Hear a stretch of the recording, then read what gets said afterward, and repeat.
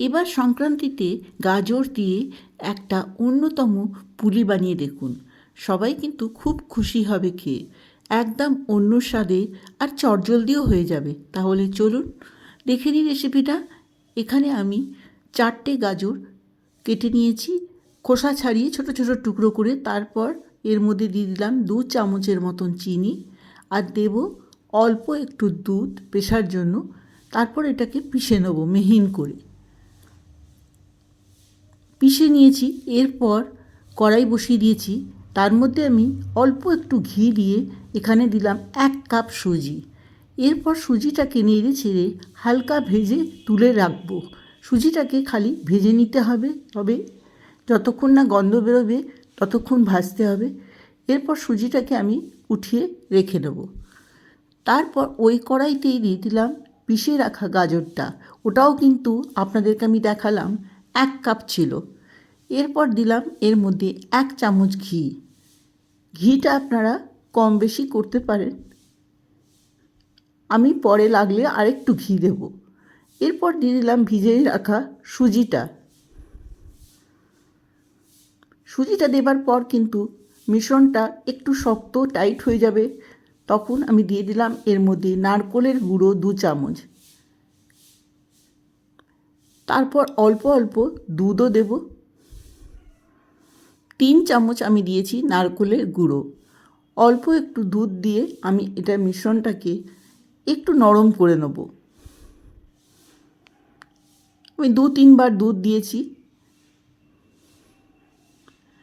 দুধটা আপনারা বুঝে দেবেন, যতক্ষণ না যেরকম হালুয়ার মতন হবে ঠিক সেই মিশ্রণটা আমাদেরকে করতে হবে। এরপর আমি এটাকে একটা বাসনে ঠান্ডা করে নেব। তারপর এটাকে হাত দিয়ে ভালো করে মেখে নেব।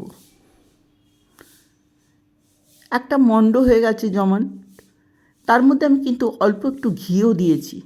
এরপর গোল গোল করে পুলির আকারে করে নেব। আপনারা এখানে যেরকম ইচ্ছে শেপ দিতে পারেন। এইভাবে সব পুলিগুলো করে রেখে নেব। আমি বন্দনা, আমার চ্যানেলে আপনাদের সবাইকে স্বাগত জানাই।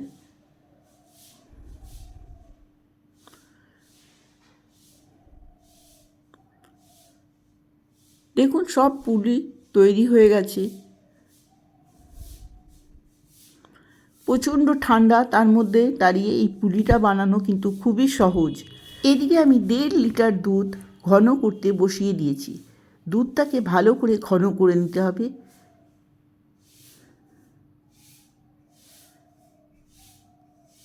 দেখুন কালারটা অনেকটাই চেঞ্জ হয়ে গেছে, কিন্তু আমাকে আর একটু ঘন করতে হবে।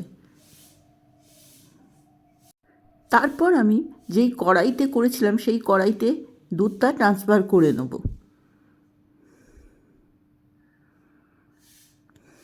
এই কড়াইটার মধ্যে দুধটা ঢেলে নিলাম।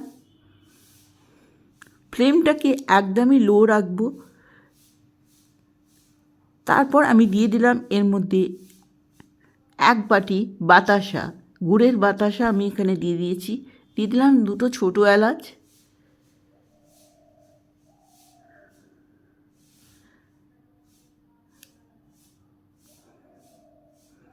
তারপর আমি সব পুলিগুলো দুধের মধ্যে দিয়ে দেবো।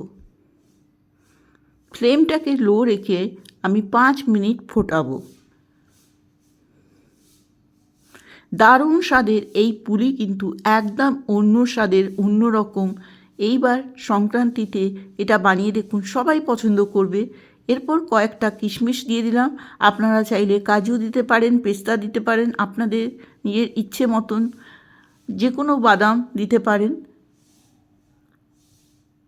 কত সহজ বানানো, খুবই সহজ আর একদমই অন্য স্বাদের এই পুলি সবার ভালো লাগবে।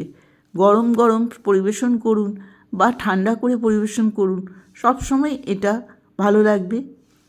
এরপর দিয়ে দিলাম অল্প একটু নারকেলের গুঁড়ো 2 চামচের মতন। এরপর বলবো, আপনাদের কাছে যদি নারকেল কোড়া থাকে তো নারকেল কোড়াও ব্যবহার করতে পারেন। আজকের রেসিপিটা বা পুলিটা কেমন লাগলো এটা অবশ্যই কমেন্ট বক্সে জানাবেন। যদি ভালো লাগে আমার চ্যানেলটিকে সাবস্ক্রাইব করে পাশে থাকবেন। আর আজকের রান্নাটা দেখার জন্য আপনাদেরকে অনেক ধন্যবাদ জানাই। আবারও একটা নতুন কোনো রান্না নিয়ে আপনাদের সঙ্গে দেখা হবে। ভালো থাকবেন, সুস্থ থাকবেন, নমস্কার।